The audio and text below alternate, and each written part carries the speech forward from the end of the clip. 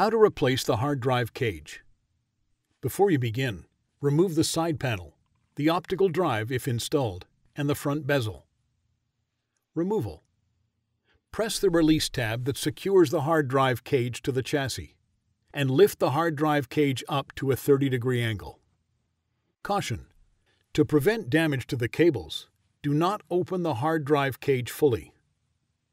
Disconnect the SATA power and data cables from the hard disk drive. Swing the hard drive cage to an upright position and lift it off of the unit. Replacement. Align the 3 metal tabs at the rear of the hard drive cage, with their slots on the frame of the unit. Place the metal tabs in their slots and swing the hard drive cage down to a 30-degree angle.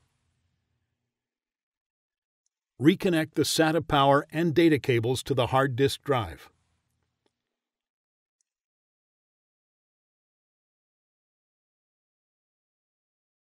Press the drive cage down until the 2 metal tabs on the side of the drive cage fit into their slots on the frame of the unit.